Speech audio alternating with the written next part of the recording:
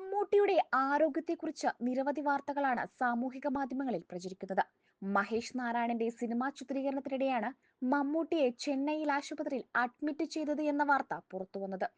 അതിനിടെ തുടർ ചികിത്സയ്ക്കായി അമേരിക്കയിലേക്ക് പോകുന്നതായും പ്രചരണമുണ്ടായെങ്കിലും അദ്ദേഹത്തിന്റെ PR ടീം അത് നിഷേധിക്കുകയും ചെയ്തിരുന്നു. എന്നാൽ ഇത് സംബന്ധിച്ച ഔദ്യോഗിക സ്ഥിരീകരണങ്ങളും ഉണ്ടായിട്ടില്ല. ഇതിനിടെ മമ്മൂട്ടിയുമായി അടുപ്പമുള്ളവരും ഇക്കാര്യത്തിൽ പ്രതികരിച്ചിരുന്നു. രോഗത്തിന്റെ ആരംഭം മാത്രമാണെന്നും 2 ആഴ്ചത്തെ റേഡിയേഷൻ കൊണ്ട് അദ്ദേഹം സുഖം പ്രാപിച്ചു വരുമെന്നും കഴിഞ്ഞ ദിവസം സംവിധായകൻ ജോസ് തോമസ് വ്യക്തമാക്കിയിരുന്നു. ഒരേ സമയം സിനിമയുടെ ബഡ്ജറ്റ് കാര്യങ്ങളിൽ ശ്രദ്ധിക്കുകയും ആരോഗ്യം നോക്കാതെ ഷൂട്ടിന് തയ്യാറാവുകയും ചെയ്തതുകൊണ്ട് ഗ്യാസ്ട്രിക് പ്രശ്നങ്ങൾ ഉണ്ടായിരുന്നുവെന്നും സംവിധായകൻ അഖിൽ മാരാർ പറഞ്ഞു.